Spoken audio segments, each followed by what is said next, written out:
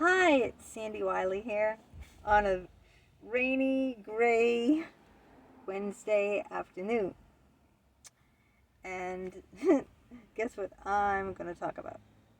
Breakups! Isn't it a lovely subject around the holiday season? But as some of you know, breakups do occur around the holidays. A lot of things occur around the holidays. Maybe because my breakup was around the holidays. Yeah. Was it after Thanksgiving? Yeah, all I know, the first time. I wrote a book about breakups too. I think it's How to Survive a Breakup and Be Happy. I don't know. I'll put the link down below because I'm in my car right now. So I don't have access to that. Breakups. We've all had heartache, right? We've all been through it. I mean, if you're old enough, you've had your heart broken. If you lived outside of a cave, right? So I'm going to talk a little bit about how my heart got broken and my boyfriend Jim, and then I'll discuss, what I did and how I tried to cope, and all that fun stuff. And you guys can share about your breakups too. So when I met Jim, I thought the guy was totally messed up, and I'm totally messed up. You ever meet your twin flame? Like, he was Italian, I was Italian. He was Catholic, I was Catholic. He was neurotic and he had bad anxiety. Bingo! Same here. You ever meet someone just like that? That your twin flame, like, my God. It's like, this person is, wow, he's the male image of me. Like, when I look in the mirror, I go, oh my God, this guy's like the male counterpart of me. Yeah, so, and he was like drop dead, gorgeous, handsome. I mean, he had a six pack, muscles out to here, jet black satin. I mean, his hair had like a satiny look, thick, jet black, a beard. He was just like, I'm not lying. The guy could have been a model if he had a few more inches on him. He was only 5'9". But I'm only 5'2". But he was gorgeous. And we just hit it off.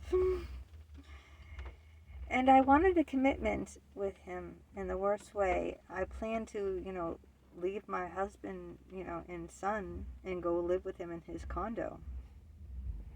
Yeah.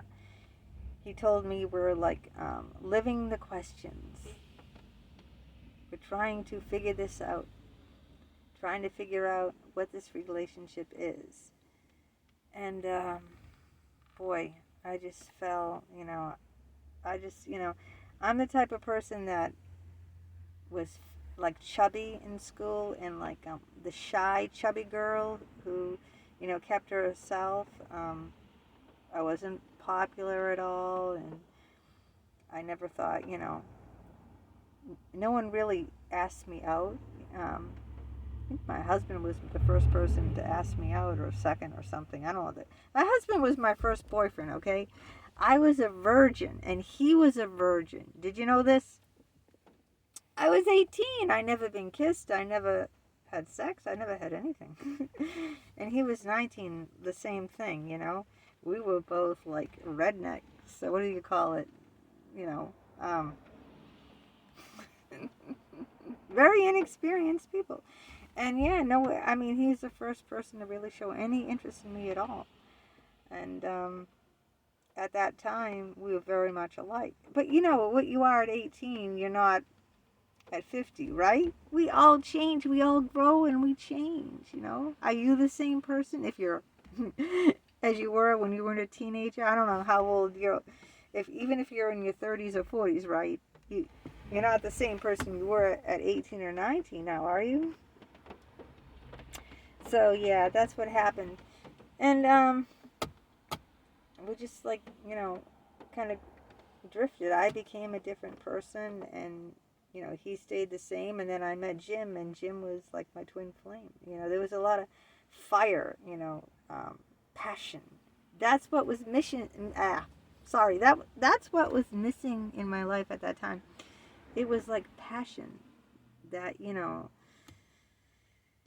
that chemistry. You know what I'm talking about? Yeah. I never.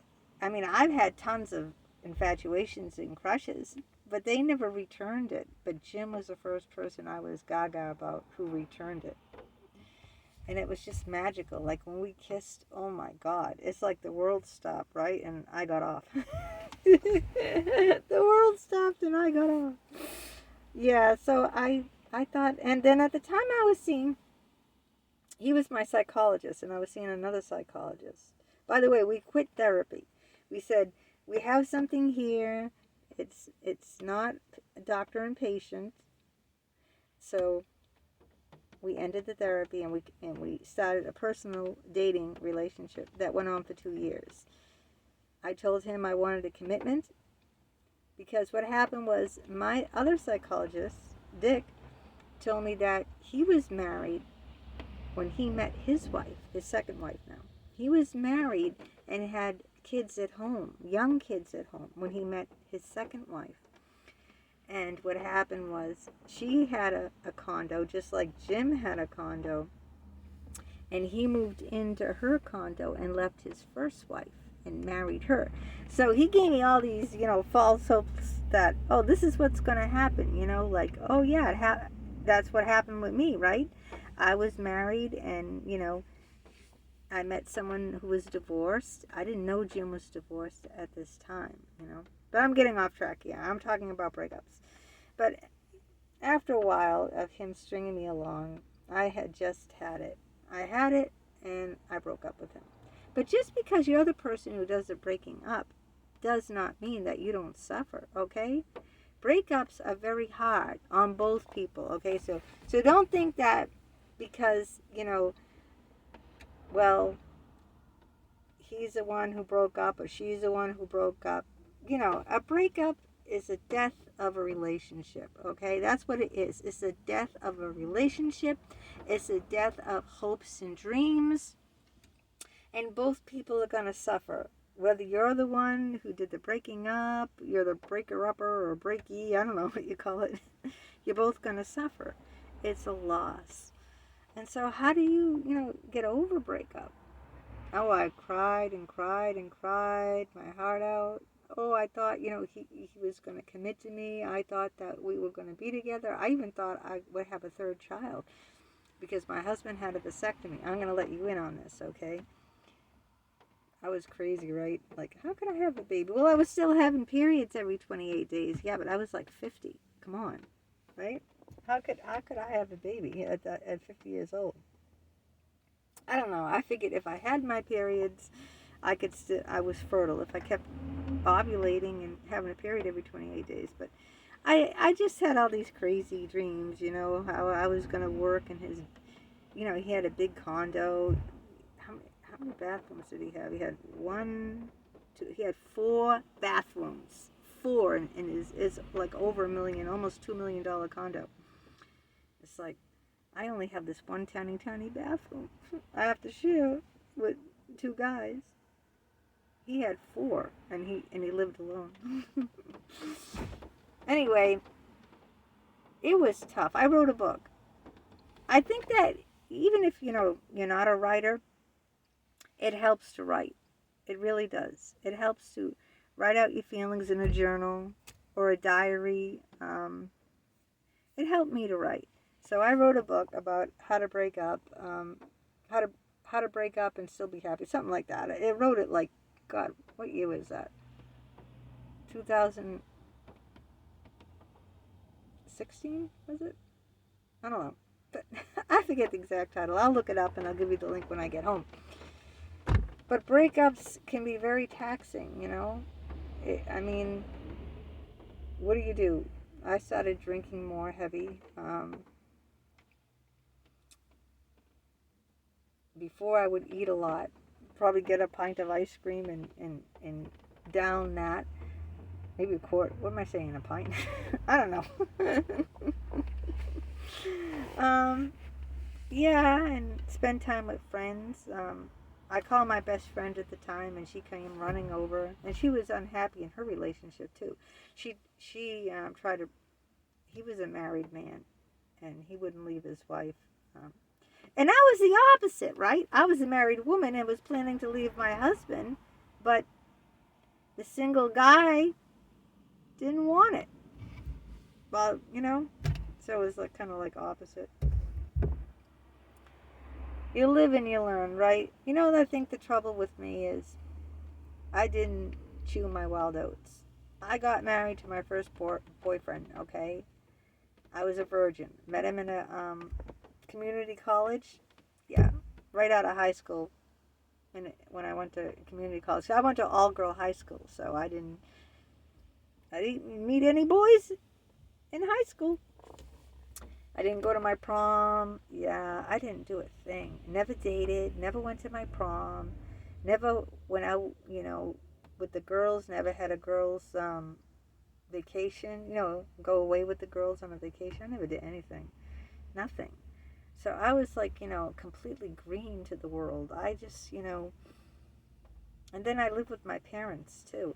I lived with my parents till I got married, and they had a two-family house, so I just moved upstairs. So I never really left home, Never was on my own, never left home, never dated, nothing.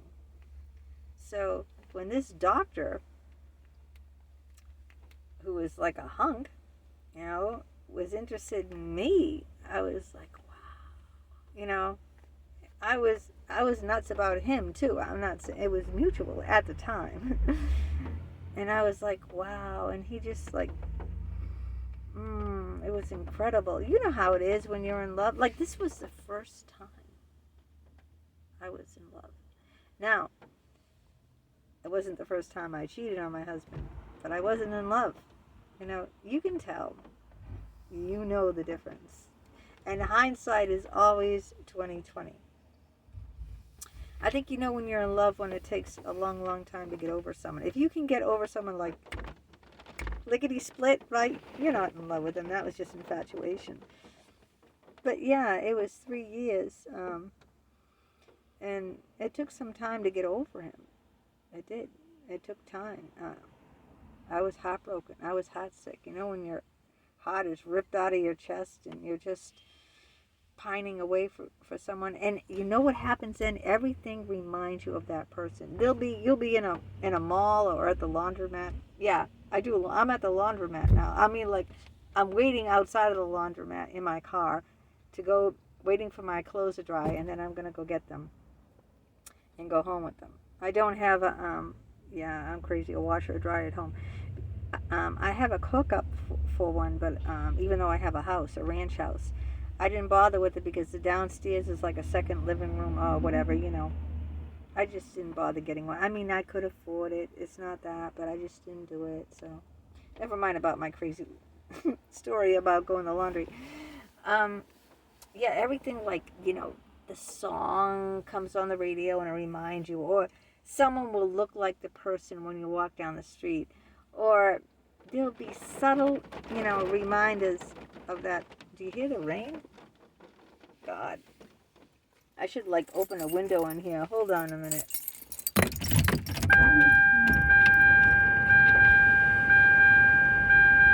Yeah.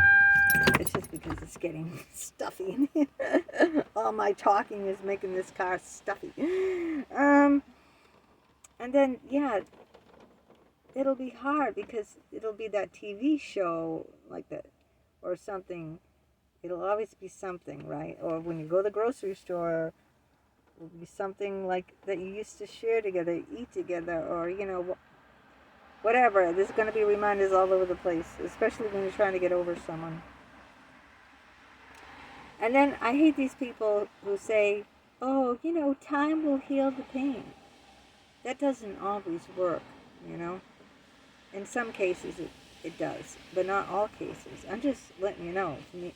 From my point of view, time does not heal the pain in all cases.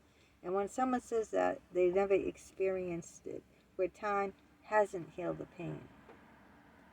I think time can change the way You take in the pain. You know, some days you'll have better days than others, but it doesn't erase the pain. You know, like when it says time heals all wounds, I don't believe that. Okay, I'm just telling you my opinion. You can disagree with it, that's fine, but I don't believe that. I think, you know, you go through changes and you have good days and you have bad days. But I think if you really love someone, a piece of them is always going to be here. It's always going to be there. It's never ever going to go away. You know, if you really love someone, think about it. It could be, it doesn't have to be romantic love now. It could be a parent that you lost. It could be a child, a best friend. A piece of them is always going to be there. You know, that's never going to go away if you really, really love the person. And I'm sure a lot of you guys experience that, right? I'm sure a lot of you have that, where that person died, and it just never goes away. But you got to get on with your life, right? You can't just, you know, you got to live your life, hopefully, you know. Your life's worth living. That's what I say. It's worth living. You could go on YouTube and make videos like I do. Even the karaoke videos helped me. I'm just going to be truthful with you. Because how can you be depressed when you're singing? You know, try it, okay? You know, it's like if you're dancing. How can you be uptight if you're dancing? You ever see a person dancing at a club, you know, uptight? I mean, you can't be uptight when you're dancing. It loosens your joints and everything, right? Exercise is another thing. I hate exercise, but some people like it. You know, yoga. You can do yoga. I'm just trying to give you ideas that are helpful when you're going through a breakup. And I did yoga, I exercised, I wrote a lot, did videos, karaoke videos, hang out with your friends. Sometimes you don't want to hang out with your friends, especially like if your friend is in a great relationship and you just broke up. How in the hell do you want to hang out with your friend? I mean, it's like, you know, if you're like me, right? You're jealous, like, oh wow, you know, they're having a, you know, great time, and you know, here you are and you're no longer with your partner. And especially around the holidays, it can be really sad because maybe you shared rituals with that person. You know, maybe you bought your live Christmas tree together, or maybe you went to like a Christmas service together, or a holiday dinner. Maybe, you know, you have rituals that you did. You gave each other presents on Christmas Eve or something like that. And then this is just, these holidays are coming up and they're reminding you of it all over again. Yeah, it's difficult. But you know what? You can get through it because I got through it. If I can get through anything, you can get through anything. So just remember that. You can get through it, you know, one step at a time. Like they say, one day at a time. Treat yourself. Treat yourself. You're worth it. When I mean treat yourself, do something special. Go have that vacation. Go to Paris. Or whatever. Go to Aruba. I love Aruba. Oh my God. It's absolutely gorgeous. You love the beach. Beautiful. Or buy that dress. Or, you know, go splurge and have that. What's your favorite thing to eat? I don't know. That Mexican dinner with the margaritas. Just treat yourself. Be gentle to yourself, okay? Don't expect too much from yourself. I mean, breakups are very, very hard, you know? And maybe you don't want to jump back into the pool, right? You don't have to. Don't feel pressured because someone said, okay, you know, yeah. How do you get over one man, get under another man? Maybe you want to do that. Maybe you don't. Like, there's no set formula, right? We're all unique here, right? What helps one person is going to not help another person. And you don't have to jump in the dating pool. You know, I was already married, so. It's like I was walking on the wire, the high wire, and I already had, my husband was the safety net. So when I fell off the high wire, my husband was the safety net. there to catch me. But I realized I was in a unique situation, and not everyone has that experience where they have someone else there to catch them. So that's my experience with it. Let me know your experience with it. And until next time, I'm going to go get my laundry and get the hell home and, I don't know, chill out, have some wine. It's my son's 25th birthday, so we're going to have nice ganache chocolate ice cream cake and put the tree lights on and have fun. Take care.